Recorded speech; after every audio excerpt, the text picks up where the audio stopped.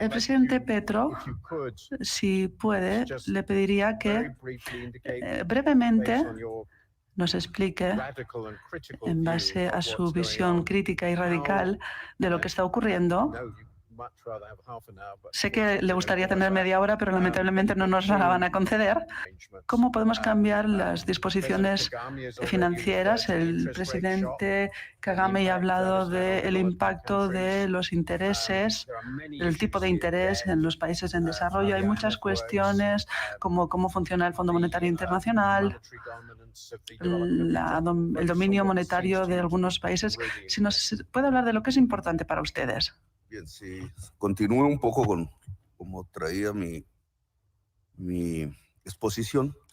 Si vemos gráficamente las chimeneas que producen la crisis climática en el norte y la potencialidad de energías limpias en el sur, entonces el esquema cooperación, donaciones, limosnas del norte al sur no sirve para solucionar el problema de crisis, sino es la liberación de esa potencia del sur, que puede ser deslocalización de producción del norte al sur o algo más importante.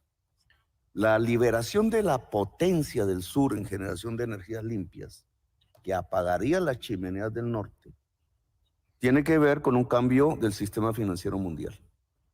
Por ejemplo, la OMC, la Organización Mundial del Comercio, debe supeditar su normatividad a los acuerdos de París, que deben ser vinculantes, no simplemente expresiones de buena voluntad.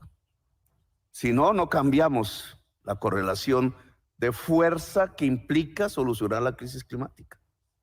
O, por ejemplo, en el tema del sistema financiero mundial, la liberación de la potencia del sur para generar energías limpias y economía descarbonizada tiene que ver con liberar sus propios recursos. No necesitamos limosnas.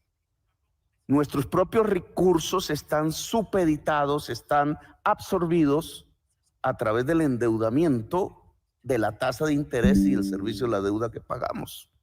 Por ejemplo, Colombia paga una prima porque se le considera riesgoso, como Brasil, como Venezuela, como Ecuador, como todos los países de la selva amazónica.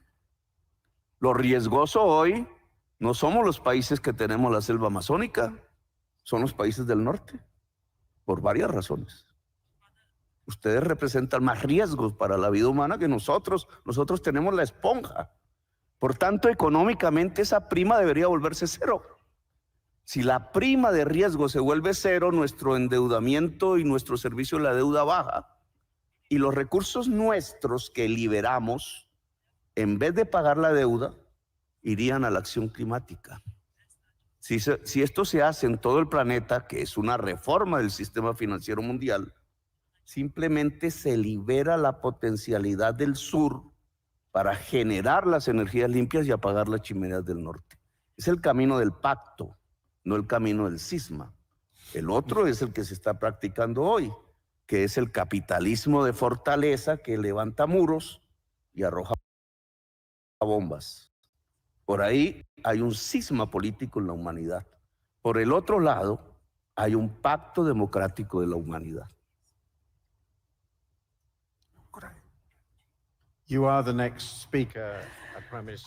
Primer ministro Rutte, usted es el siguiente que va a intervenir. Sus chimeneas son las que suponen un riesgo en el mundo. Los Países Bajos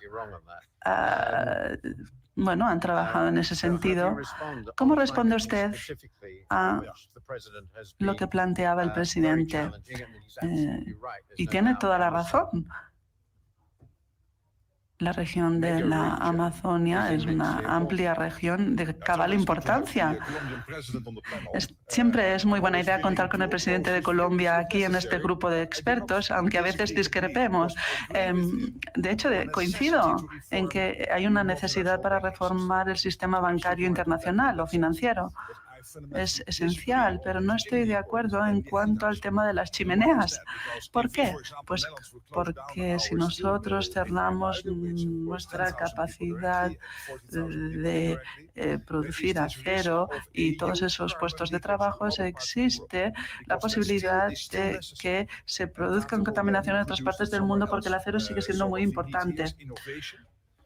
Lo que necesitamos aquí es innovación para que seamos menos dependientes de algunos tipos de productos, por ejemplo, en el sector químico, pero la innovación es la clave y no el cierre de esas chimeneas de repente, ¿no? Y también el tema de la limosna. No son limosnas, hay una fase progresiva. El sur se está desarrollando rápidamente en África, Sudamérica, pero ahora también tenemos que cumplir con los requisitos de los acuerdos de París para salvar esa brecha. Y por eso ese compromiso de $1, ¿no? Y de $1 millón, de $100 millones, perdón.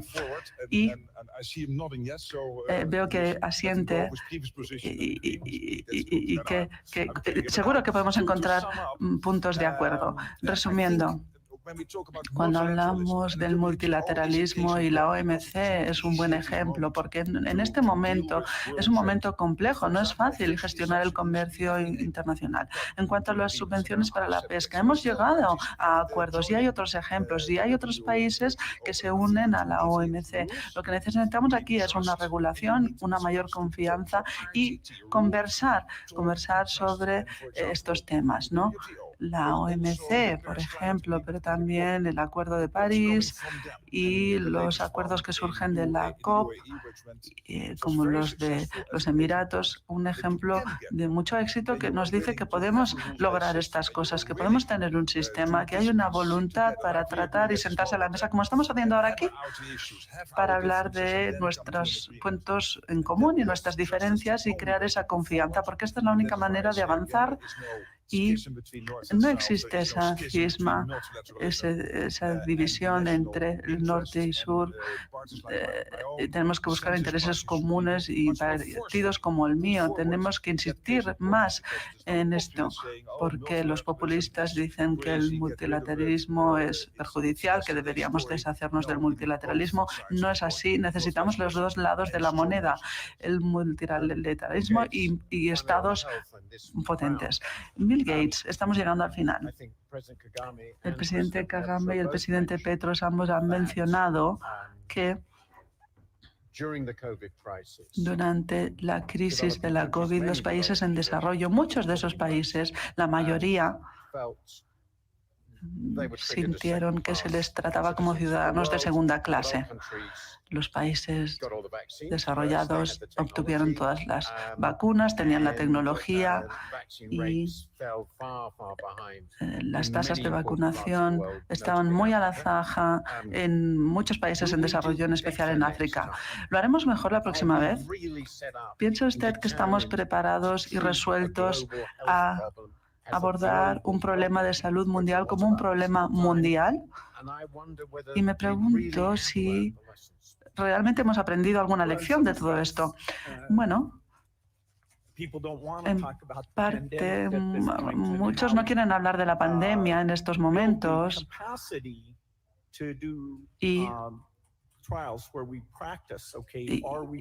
desarrollar la capacidad para ver si estamos preparados o no. Y también desarrollar mejores herramientas para muchos de estos problemas en los que los fondos están limitados y para algunas decisiones no tendremos tantos fondos. Tenemos que ser más innovadores. Un buen ejemplo es el de las fábricas que están haciendo la vacuna para